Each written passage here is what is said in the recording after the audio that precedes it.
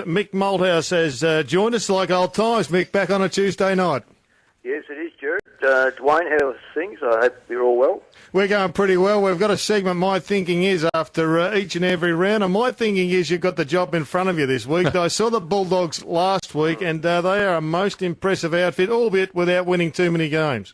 Oh, absolutely. I've viewed their game and gone through the last month. They've compared to the Bulldogs early in the season to what they are now, they're a changed side, and that's probably done mainly through the confidence of winning against West Coast, plus they've just tinkered with their, if I'm allowed to say, tinkered with their game structure in regard to certain mechanisms that have given them greatest impetus during the game, and they are a very dangerous side, make no mistake about it. Even on the weekend against, I regard as one of the best sides in Sydney. They were massively competitive, and it was only the experience, really, of Sydney that probably got them over the line. They went one-on-one against arguably the best midfield in the comp. I'd say the best midfield, but arguably the best midfield. You go one-on-one with the likes of Keisha, etc. It's going to be interesting to see who gets, what they want from the coaches. Well, yeah, I think you've got to look at the value of what your midfield can give you, and then you've got your outside players and what comes of the play from the middle. Statistically, we're struggling through the middle. We've done a bit of Robbie and Rob Wallin and Brad Green have been fantastic in regard to the structures and setups, and we've worked very hard on trying to make sure we minimise the damage that can be scored by very, very good midfields. We're acutely aware that we've got players there that statistically we are, I think, second bottom as far as possession rate goes, and we've got to acknowledge that, and where's that coming from, and can we actually stop sides? In which the last 4 games we've won 2, lost 2, or it might be we've won 3 and lost 1.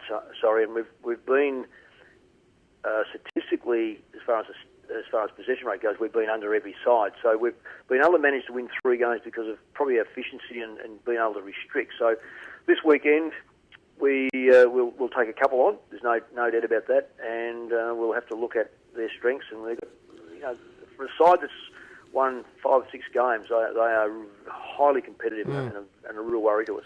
Mick, you rarely give too much away of the real internal stuff. You tend to keep your criticism of players internal, and that's always been your process, and fair enough too. But you've been brutally honest about a couple of your men in recent times, especially after the game last week with Mark Murphy, does he want to be a good ordinary player statement, and a couple of others as well. No, I think you better look at that in its context. The question was asked of me about Mark being tagged, and did we give him enough help? And my answer to that is this: that the only way to develop players, and I've been criticised before about, if I can go back a number of years, about Heath Shaw playing full back, and well, why are you leaving there? And, well, you can't develop anyone unless you expose them to the heat of the kitchen. And Heath Shaw developed. It didn't matter whether he got pushed back to full back or out the centre half back. He was able to cope, but he was only able to cope because he was able to actually address the issues that were confronted. And I think Mark's in a similar position. Clubs don't bother too much about Juddy these days. Chris has been around for a long time. His body's been hit a number of times. He's certainly not the player he was 3 or 4 years ago. And we recognise that, and Chris recognises that. And he's going to have his highs and lows like any player. But Mark, as a young captain, is going to attract a lot of interest because he's been marked as a captain, and he's been marked as a good midfield player. And he's going to cop a tag, not every week, but a lot of the time. And my statement was this, that we have to have a player develop without necessarily being cut the tagger away, or block the tagger, or belt the tagger, or do all sorts of stuff. And it's an art in itself to be able to cope with a tagging player. And the true champions of today, and of yesteryear for that matter, have all been able to shape the tagger because of work ethic and because of strength and because of stealth and because of all sorts of X factors. And Mark's not a big boy. He's not lightning, but what he is, he's a wonderful ball gatherer, and he knows where the ball's going to fall, and he's a very good deliverer of the football. And in that case, you don't tag mugs, so it's a credit to him that he gets tagged for a start off. But for his development, and I'm prepared to develop this, he has to be able to cope with the tag, not only beat the tagger, but force the tagger to be changed. I reckon everybody who gets tagged eventually comes to the recognition, Mick, that you've got to treat it as a compliment and not an anchor. And I think absolutely, whilst you're treating it as an anchor, it can get you down mentally. But until you treat it as a compliment, I reckon you're going to struggle. And he's been tagged a number of times, and he's killed taggers over the years. But yes. it is a challenge. Yeah, well, Jared, you are a midfielder, so you know what he's going through. I also, look, I'll put a rider on this, and I'm not stating anything that people wouldn't know. Mark has had a very, very disrupted pre-season, and I don't care who you are, what you are, what calibre of player you are. Pre-seasons are essential, particularly if you're a running type of player, and you need to break open your opponent. Now, he had a knee operation late last year, didn't get back on the training track until in January, didn't play a lot of the NAB Cup series, and really I think it'd be fair to say that he has tried to have catch-up for a lot of this year, and that's put him at a disadvantage because I know his work ethic. I've tagged him on the other side when I was coaching Collingwood, and we looked at Mark, and he just used to blow them away because of his work ethic. Now, it does go hand in hand, and Jared and Wayne, for that matter, both of you guys have played, and you know when you're going to have a good season because you had a good pre-season. If you've had no pre-season, you're really fighting the issue on a week-to-week basis. And this is not to make an excuse for him because he's a wonderful young man, but I reckon that he's going to be a lot better and to be a greater player when we get a good pre-season into him. And look, I don't want to jump 6 months in advance because we've still got a lot of this year to go, but he will battle through with just great courage at the moment. Where you're at with Eddie Betts, Mick, my personal view on where the game is going is that small forwards are going to have to be as flexible as possible. You've got three. One of them's in good form. Two of them aren't going that well. But where specifically are you at with Eddie? You're talking about contract-wise or playing-wise? Oh, just a bit of both, really. Contract-wise, it's still out there. This is the nature of the free agency. We're very aware of it. We're acutely aware of what free agency offers. So, I mean, that's just an election that he and his management group, for some reason, are prepared to wait, and that's no skin off our nose. We know what the rules are. As far as playing goes, I think you've got to be also very. We draw a long bow in saying, well, look, he's had a miserable year. He broke his jaw.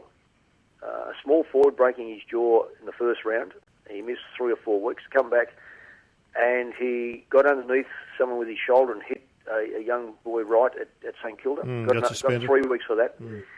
So he's had a very, very much interrupted first part of the year. I reckon the jaw he got over quickly, but I reckon the hit on the young kid from St Kilda upset him because it's not his way he plays. And it was almost like a cautious approach to the ball from there on in. He was really upset that what took place. He had no intent whatsoever of hurting the player, and I think it's just lingered there. He's had his good games and he's had his bad games, but small forwards are notorious like that. In today's football, you can be locked out very quickly, and just as easily you can just jump in. I take Thomas, for instance. He destroyed us. We won the game by a point. He kicked 6 goals, and that come from being manned up by 2 players that who's had outstanding years in Zach Tui and Andrew Walker. So, they can be very hot one week and hardly sighted the next, and that is the nature. So, yes, I guess we're going to get criticised because we've got 3 small forwards who are all worthy of games and are all in their own way game breakers. So it's a matter of getting them all together, and that's at the moment we've sort of got 2 up and 1 down, and sometimes 1 up and 2 down. But the art of picking your best side is that they are in our best side. You said it's a matter of getting them all together, as if they're going to be all together next year. Oh, that's really. I'd love it to be in our control, but it's not in our control. But if you had your way, they would be. Oh, certainly. I've got to ask you, Mick, your philosophy on injecting programs and fitness levels, if I can. I know it's a touchy one, but I'm not mentioning a club, and it's not to do with a club. But, I mean, you would have had enormous opportunities over time to talk to fitness guys about methods and the way to go about it. And you've also said for decades your concern is about the health and well-being of your players. You have an affinity with your players. You have to make them men. It's not just about making them footballers. Where do you stand on it all? Well, I think, Dwayne, one thing I do stand on is that you've got to live your life with a credibility factor. That's number one. And I say to the parents as they come in the door, and I'm not about to make a false statement to them, that my endeavours will be this. You love your child. Here he is at 17 years of age. They come into our door. You might disagree with this, but we're going to try to make them better people. And we're going to try to make them footballers that you can be very, very proud of. We're going to give them life skills that we would sometimes not have available to us if they just live what we call a normal life, because these players don't live a normal life. And by that I'm talking about if we travel, we like to give them a cultural experience, whether it be, I've taken boys to South Africa, to Ireland, to America, and give them a cultural, not just a trip there for fitness or a game or an Australian game. It's a cultural experience as much as anything else. So they come back understanding the American Indian, understanding the apartheid system in South Africa that was once, understanding that a lot of Irishmen have made their way to Australia because of the famines, etc., etc. So that's priority. But one of the things I would like to think does happen, I've always got an open door and a phone that is available at any stage when they finish. And I think it's easy to use up players when they play, but I would be neglectful. I'd be hurt if any player that wants that help is not, that I'm not there to give them a hand up.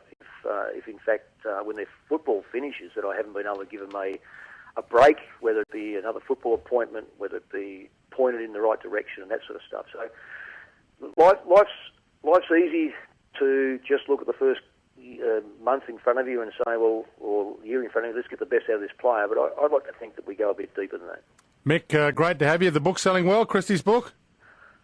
Well, yes, I believe that Christie's done very, very well, and she's very proud of it, and I think the publishers are very proud of it. So I believe it's come out in paperback now, so it's a great opportunity for those that haven't got it. Go and get it.